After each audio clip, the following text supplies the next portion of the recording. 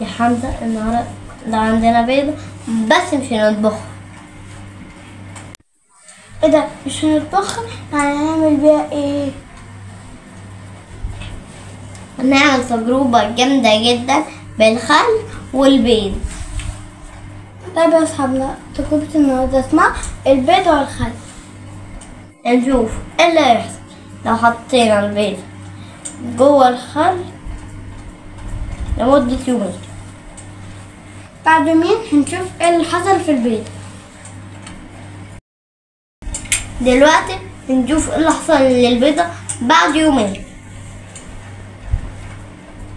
خايفين نطلعها بالمعلقة عشان هتفرقع، فاحنا هنقلبها في البول.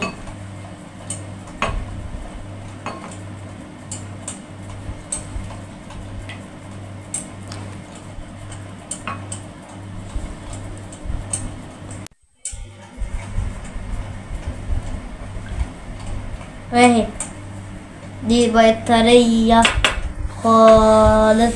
كده نصب المية في البول كوباية طريقة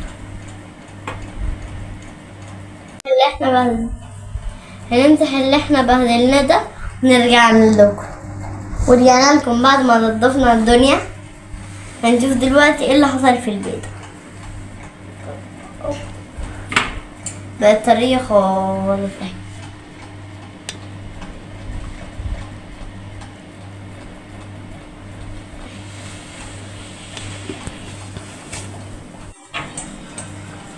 عشان تمام.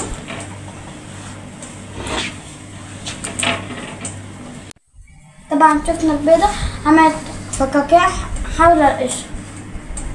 فقاقيع دي عبارة عن غاز ثاني أكسيد الكربون اللي بيطلع لما الخل يتفاعل مع قشرة البيض. قشرة البيضة أصلا عبارة عن كربونات الكالسيوم، والخل في حاجة اسمها حمض الأسيتيك أو حمض الخليك. لازم نكون عارفينه علشان بابا كيميائي، عيب ما نكونش عارفين. الخل بقى عمل ايه؟ اتفاعل مع قشرة البيضة وخلاها من غير قشر. لأنها صنعنا عملنا بيضة طرية بتنط زي الكورة.